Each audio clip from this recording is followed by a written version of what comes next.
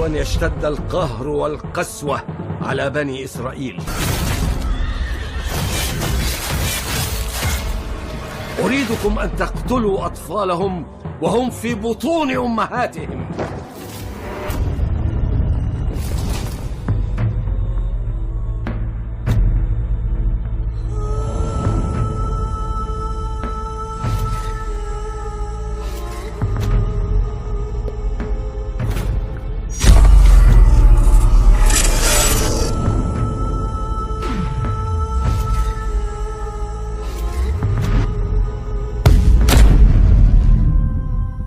اعوذ باللہ من الشیطان الرجیم، بسم اللہ الرحمن الرحیم۔ اللہ تبارک و تعالیٰ کے نام سے شروع جو بڑا مہربان اور نہایت رحم کرنے والا ہے۔ پیارے دوستو، فرعون مصر کی تاریخ کا وہ جابر اور ظالم بادشاہ تھا کہ جس نے پوری قوم بنی اسرائیل کو اپنے جادو کے زور پر گمراہ کر رکھا تھا۔ اور جب خدائی کا دعویٰ کرنے والے اس فرعون کے جادو کا حضرت موسیٰ علیہ السلام کے ساتھ مقابلہ ہوا تو کس طرح اللہ تبارک و تعالیٰ نے فرعون کو پوری قوم بنی اسرائیل کے سامنے ذلیل و رسوا کیا، اور کس طرح حضرت موسیٰ علیہ السلام کے عصا مبارک نے فرعون کے جادوگروں کے تمام چھوٹے چھوٹے سانپوں کو اژدہا بن کر نگل لیا۔ پیارے دوستو، آج کی اس ویڈیو میں ہم آپ کو فرعون کے جادو اور حضرت موسیٰ علیہ السلام کے عظیم الشان معجزات کے بارے میں بتائیں گے، لہٰذا اس ایمان افروز ویڈیو کو دیکھنے کے لیے آپ سے ہماری یہ گزارش ہے کہ ہماری اس ویڈیو کو اینڈ تک ضرور دیکھیے گا۔ پیارے دوستو، یہ بات یاد رہے کہ پہلے جتنے بھی بادشاہ گزرے ہیں کہ جنہوں نے خدائی کا دعویٰ کیا، ان تمام تر بادشاہوں نے اپنی قوم کو گمراہ کرنے کے لیے جادو کا سہارا لیا، اور یہ تمام تر بادشاہ اپنے لوگوں کے سامنے شعبدہ بازیاں دکھا کر اپنے آپ کو خدا کہلوایا کرتے اور اپنی عبادت کروایا کرتے۔ اس طرح خود کو خدا کہلوانے والے بادشاہوں میں سے ایک بہت بڑا بدبخت بادشاہ فرعون بھی تھا۔ یہ نہ صرف خدائی کا دعویٰ کرتا تھا بلکہ معاذ اللہ یہ کہا کرتا، انا ربکم الاعلی، یعنی میں ہوں سب سے بڑا خدا۔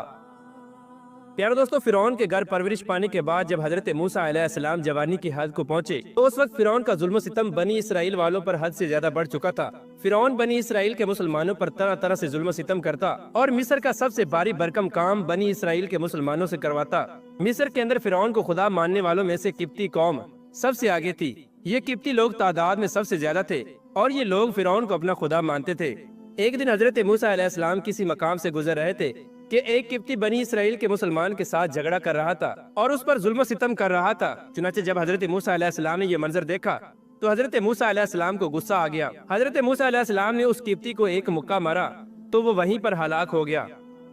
اس طرح جب فرعون کو پتہ چلا کہ حضرت موسیٰ علیہ السلام نے ایک قبطی کو قتل کر دیا ہے تو فرعون غضبناک ہو گیا اور اس نے حضرت موسیٰ علیہ السلام کو قتل کرنے کا حکم دیا۔ چنانچہ ادھر جب حضرت موسیٰ علیہ السلام کو اس بات کی خبر ملی کہ فرعون نے ان کے قتل کا حکم جاری کیا ہے تو حضرت موسیٰ علیہ السلام وہاں سے ہجرت کر کے مدین کی طرف چلے گئے اور حضرت شعیب علیہ السلام کے پاس جا کر رک گئے۔ وہاں پر حضرت موسیٰ علیہ السلام نے حضرت شعیب علیہ السلام کی کچھ عرصہ بکریاں چرائیں اور حضرت شعیب علیہ السلام کی بیٹی سے نکاح کر لیا۔ اس طرح کچھ عرصہ مدین میں گزارنے کے بعد حضرت موسیٰ علیہ السلام نے حضرت شعیب علیہ السلام سے اجازت لی اور اپنے اہل خانہ کو لے کر مصر کی طرف دوبارہ روانہ ہو گئے۔ رستے میں چلتے چلتے حضرت موسیٰ علیہ السلام وادی طویٰ میں پہنچے، جہاں پر وادی طویٰ میں حضرت موسیٰ علیہ السلام نے کوہ طور پہاڑ پر اپنے رب عز و جل سے کلام کیا، اور وہیں پر اللہ تبارک و تعالیٰ نے آپ کو منصب نبوت سے نوازا۔ حضرت موسیٰ علیہ السلام کو دو معجزات سے نوازا، ایک حضرت موسیٰ علیہ السلام کا عصا مبارک اور دوسرا حضرت موسیٰ علیہ السلام کا ید بیضا،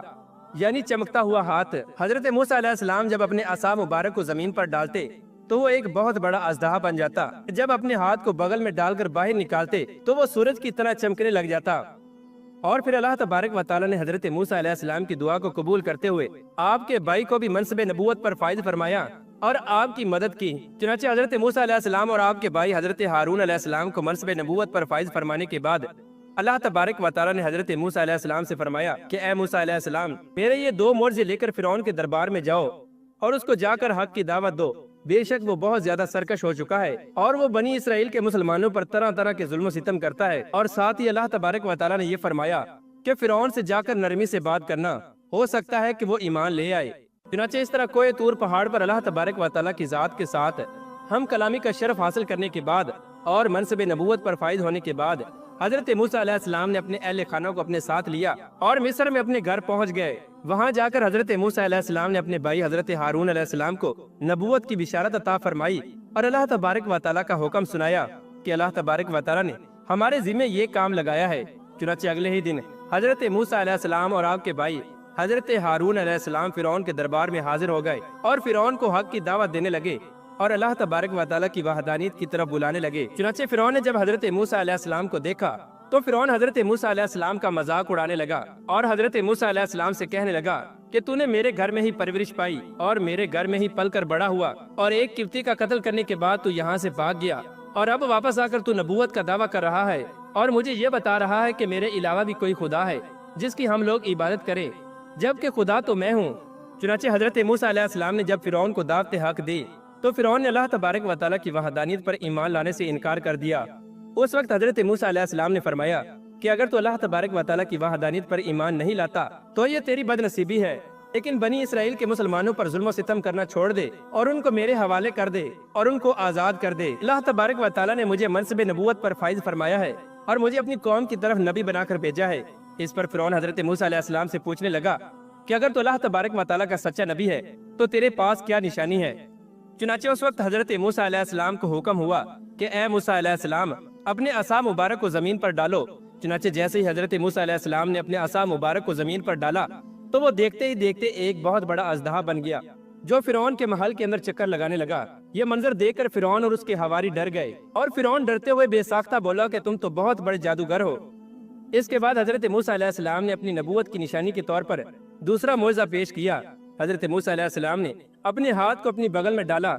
اور کچھ دیر بعد اس ہاتھ کو جب باہر نکالا تو وہ سورج کی طرح چمک رہا تھا۔ یہ منظر دیکھ کر تمام لوگ حیران و پریشان ہو گئے اور فرعون کو دل ہی دل میں یہ خوف لاحق ہوا کہ کہیں میری قوم حضرت موسیٰ علیہ السلام کے ان معجزات کو دیکھ کر میری خدائی کی منکر نہ ہو جائے اور کہیں میری قوم مجھے چھوڑ کر حضرت موسیٰ علیہ السلام پر ایمان نہ لے آئے۔ اس وقت فرعون حضرت موسیٰ علیہ السلام سے کہنے لگا کہ یہ کوئی اتنی بڑی بات نہیں ہے، یہ تو سراسر جادو ہے، یہ جادو ہم بھی کر سکتے ہیں۔ چنانچہ فرعون اپنی قوم کو اعتماد میں لیتے ہوئے حضرت موسیٰ علیہ السلام سے کہنے لگا کہ تم ہمارے ساتھ ایک وقت مقرر کر لو اور ایک دن مقرر کر لو جس دن میں تمام لوگوں کو اکٹھا کیا جائے گا، اور اس دن تمہارے جادو کا جواب جادو ہی کے ساتھ دیا جائے گا، اور اس دن یقیناً تم ہارو گے اور تمام لوگ یہ جان لیں گے کہ حقیقی خدا میں ہوں۔